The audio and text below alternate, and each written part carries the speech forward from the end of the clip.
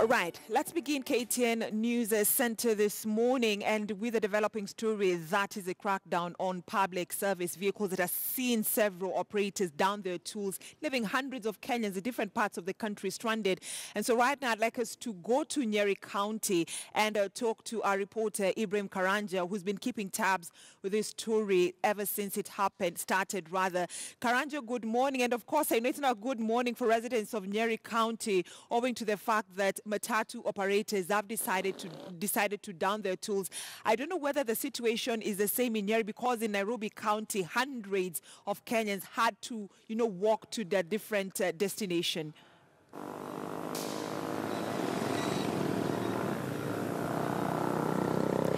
Karanja, if you can hear me, what is the situation like in Nyeri County? Of course, I think it's not a good morning for some of the residents in different parts, so in Nyeri specifically, because of the matatu owners just to down their tools when it comes to this crackdown. Here in Nairobi, it's a different picture.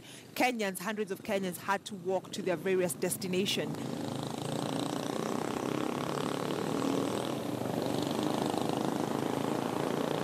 All right, as we we are at the Odhaya Junction here in Nyeri Town, where the matatu crackdown, following the reintroduction of the traffic rules, popularly known as the Michuki rules, are currently ongoing. As you can see behind me, police have managed to stop several vehicles and motorbikes along this route. Brenda, earlier in the morning, the situation in Nyeri was that most people were actually walking to work. Right now at this junction, you can see just a number of people, but earlier at that time when people were reporting to work, there was a huge number of people who were walking, because matatus have actually departed the roads. There are no matatus on the roads today. This, of course, following that crackdown. As you can see, motorbikes are being held by police. Matatus, vehicles are being stopped as police check the usual things, that is safety belts, speed governors. They're checking the continuous yellow line that should be on these PSV matatus. Also on motorbikes, we have seen some motorbikes operators being arrested for lacking helmets, and also helmets for passengers. So Brenda, the crackdown here has started on a really, really high note. The roads today are really clear because just on this other side is the road from Nyeri to Nairobi. And as well, the road seems departed, Brenda, because there are very, very, very few vehicles on this particular Nyeri-Nairobi road. As you can see, the other side, this road leads to Nyeri town, and only countable vehicles are passing, a handful of vehicles. Usually at this hour, Brenda, this road is usually jammed. We usually have lots of matatus that take commuters from these other sides to town. But right now the road is clear, of course, because of this particular crackdown. So Brenda, the crackdown here in Nyeri town has started on quite a high note. I'm told on the other end of getting to Nyeri town from Wiga, there is also another police roadblock in which matatus are being held. So right now, nothing unusual apart from this that we are seeing. We can see a number of motorbikes that have been held. We can see a number of vehicles that have been stopped along this. This is called actually Odhaya Junction. So currently the vehicles and the motorbikes that you can see on your screen are coming from Odhaya, and the police are actually doing the best to ensure that they're actually stopping and actually ensuring that everything is going as per plan.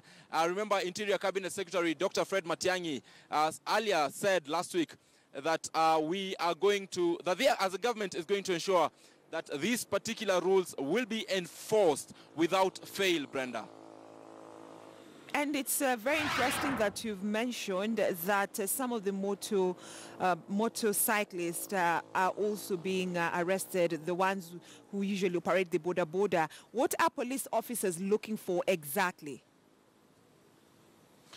Well, Brenda, on the motorbikes, the one thing that I've seen standing out and the police checking is actually helmets, because it turns out that every boda rider must have 2 helmets, one for the rider and one for a passenger. So any bike that passes here that gets to be stopped by police and they do not have helmets for their passengers or the riders are being held. I've also seen some police officers checking insurance on motorbikes because apparently most of the motorbikes on the roads are not insured. Also, I have seen some of them actually asking for driving licenses or riding licenses from the motorbike operators. So it is rather an unusual occurrence for also the motorbike operators because usually nobody asks them of some things. As you can see on the other side, some motorbikes actually have failed, and the other side also we can see commuters who have now no option but to just see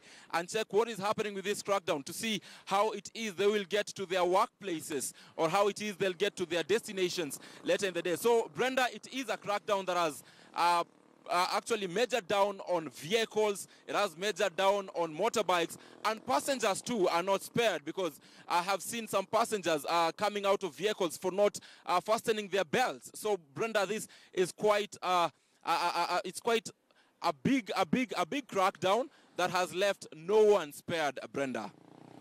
Right, thank you so much, Ibrahim.